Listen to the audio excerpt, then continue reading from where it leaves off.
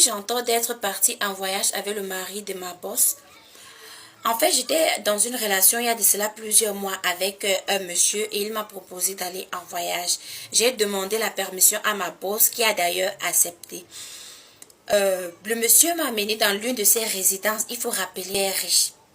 Arrivé sur les lieux, je me suis rendu compte que c'était pas la première fois que j'y allais, qu'on avait déjà fait une conférence dans cette résidence. C'est à cet instant précis que je me suis rendu compte que mon homme est le mari de ma boss. Retour de voyage, ma boss m'a fait un SMS qui disait pourquoi j'ai menti sur la destination de mon voyage et avec qui j'y allais.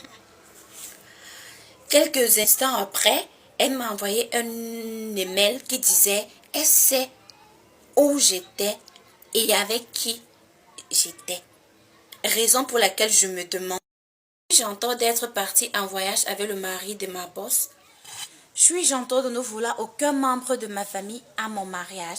J'avais toujours rêvé d'une magnifique lune de miel. Vous connaissez ce que ça implique. Une jolie robe de princesse avec toute ma famille dans un très grand château et ensuite aller à lune de miel. Mais au fur et à mesure que je grandissais, je me suis rendu compte que ça ne faisait vraiment plus partie de mes priorités. Et il y a de cela 6 mois, mon petit ami m'a demandé un mariage. La date du mariage approchait et on s'est rendu compte que ni ma belle-mère ni ma mère ne s'entendaient sur rien sur les préparatifs du mariage.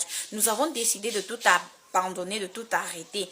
C'est ainsi qu'elles nous ont fait comprendre qu'elles aimeraient qu'on reprenne les préparatifs du mariage. Au moins, elles s'entendent sur une chose, qu'elles ne nous pardonneraient jamais si on se marie sans ce qu'elles ont prévu pour nous. Raison pour laquelle vraiment...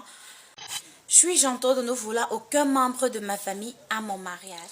Voici l'histoire d'une jeune femme qui n'était pas satisfaite du bazooka de son mari.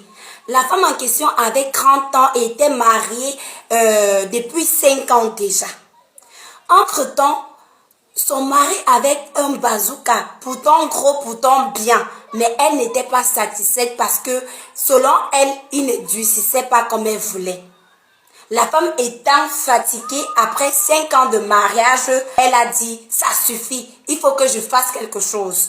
Et ce qu'elle a décidé de faire, c'est aller voir un marabout.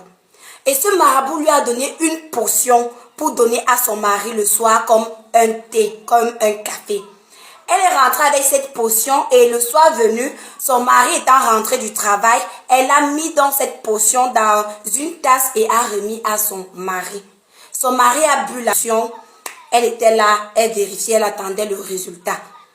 Quelques minutes plus tard, elle ne voit rien, elle dit Kéké, elle dit que j'attends encore. Quelques heures plus tard, elle ne voit rien. Mais subitement, son mari commence à crier des douleurs, des douleurs, des douleurs, des douleurs au niveau de son bazooka. Il a mal, il a mal, il a mal. Il dit à sa femme que j'ai très mal au niveau de mon bazooka. Je ne sais pas ce qui ne va pas.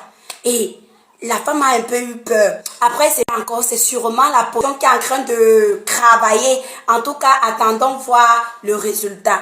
Les heures passent. Le bazooka de son mari ne fait que gonfler, gonfler, gonfler, gonfler, gonfler. Et la femme a déjà peur. La famille de la femme vient, c'est comment, qu'est-ce que tu as pris, qu'est-ce que tu... Il dit, je n'ai rien pris, j'ai seulement pris le thé que ma femme m'a donné hier soir. Je ne sais pas ce qui ne va pas. Même la femme, elle est dépassée des événements, elle ne sait pas quoi faire. Entre-temps, elle ne peut pas avoir sa belle famille, qu'elle est allée chercher une potion pour faire durcir le bazooka de son mari parce que sa belle famille ne l'apprécie pas. Et elle se demande qu'est-ce qu'elle doit faire. Étant donné qu'elle est déjà repartie chez le marabout et le marabout lui dit que lui ne peut plus rien faire. Elle vient donc vers vous demander est-ce qu'elle doit avouer à sa belle famille, pourtant sa belle famille ne l'apprécie pas. Qu'est-ce qu'elle doit faire? Elle a besoin de nos conseils. Donc, si tu as un conseil à donner à cette femme qui est dans la tristesse, vraiment, donne ton avis en commentaire, dans le respect et la politesse, vraiment dans le respect, parce que c'est une jeune femme comme toi qui souffre et a besoin de conseils, donc avoue le clavier. Voici l'histoire d'une jeune femme, donc le mari avait divorcé et abandonné avec 3 enfants.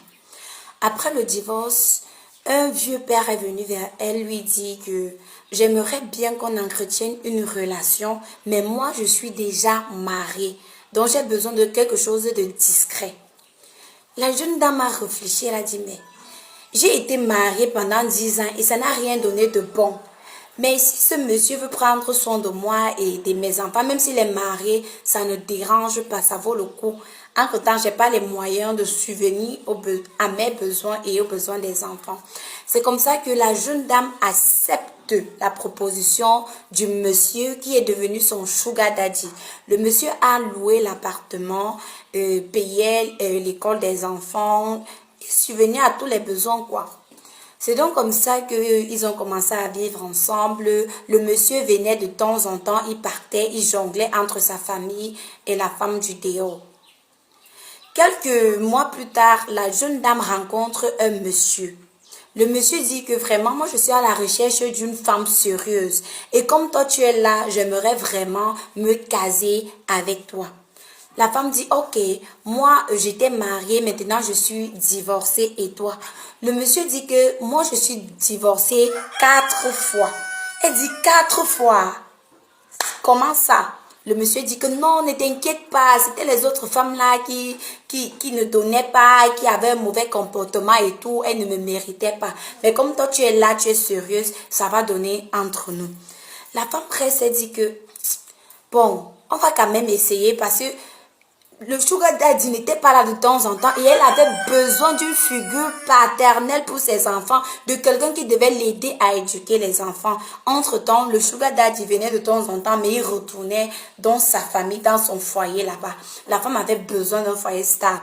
C'est comme ça qu'elle a commencé à jongler entre le sugar daddy et le gars divorcé 4 fois-ci.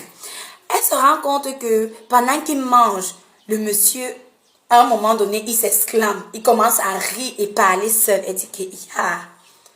Il visionne, il s'exclame. Il commence à dire que ya. Elle dit au monsieur que qu'est-ce qui ne va pas. Il dit que non, c'est rien. C'est juste que le fait de divorcer 4 fois, là, ça m'a traumatisé et tout. Donc, vraiment, ce sont les femmes là qui m'ont beaucoup traumatisé, mais ça va aller. La femme là vient donc vers vous demander qu'est-ce qu'elle doit faire. Elle doit choisir ce monsieur divorcé 4 fois-ci ou alors le sugar daddy. Parce que le monsieur divorcé 4 fois-ci lui a donné 1 mois pour réfléchir. Que si elle ne vient pas au bout d'1 mois chez lui, il abandonne tout et il cherche une autre femme. Elle est troublée, elle ne sait pas quoi faire. Elle ne sait vraiment pas quoi faire. Elle se dit, le monsieur divorcé 4 fois-ci, il parle seul. Bon, je peux supporter. Je supporte même déjà le fait qu'il parle seul. Mais si j'arrive là-bas, ça ne donne pas. Je fais comment? Je fais comment? Et le monsieur lui a donné 1 mois. 1 mois. Que dès que le délai de 1 mois s'écroule, il n'est plus partant pour ce mariage. Et elle se dit, mais s'il veut vraiment se caser, pourquoi ne pas suivre la procédure normale et c'est lui qui me met la pression? Elle est troublée. Entre-temps, elle est à l'aise avec le sugar daddy. Elle n'a aucun problème avec le sugar daddy. Mais le petit souci, c'est qu'elle ne peut pas se marier avec le sugar daddy, étant donné que ce dernier est déjà marié. Elle a besoin d'une figure paternelle qui sera là chaque jour à la maison pour l'aider à éduquer les enfants. Tellement elle est troublée, elle est embarrassée. Elle se dit, j'ai besoin de conseils. Parce que je peux décider sur un coup de tête. Et c'est pas bon du tout pour moi et pour les enfants. Donc vraiment, elle a besoin de ton conseil. Elle a besoin de ton avis pour faire un choix. Parce qu'elle est très troublée, quoi. Donc, donne ton avis en commentaire. À vous le clavier. Suis-je en tort d'avoir refusé d'être témoin au mariage de ma soeur? Ma soeur est la personne que j'aime le plus au monde. Depuis 2 ans, elle sort avec un gars qui a un red flag jamais comptabilisé dans l'histoire. Manipulateur, menteur, égoïste ou imbu de lui-même. Depuis quelques mois, il lui a demandé un mariage et il a ajouté que si elle refusait, il allait mettre fin à leur relation. Elle est amoureuse, évidemment qu'elle a dit oui. Et depuis quelque temps, on s'est éloigné et ça nous a beaucoup dévasté. Lors d'un dîner avec notre maman, elle m'a fait part qu'elle aimerait que je sois témoin à son mariage et j'ai dit non. J'ai ajouté que je serais à son mariage non pas pour célébrer l'amour que je pense être une erreur, mais par amour pour elle. Elle s'est mise dans une colère noire et elle m'a désinvité de son mariage, raison pour laquelle je me demande: suis-je en tort d'avoir refusé d'être témoin au mariage de ma soeur?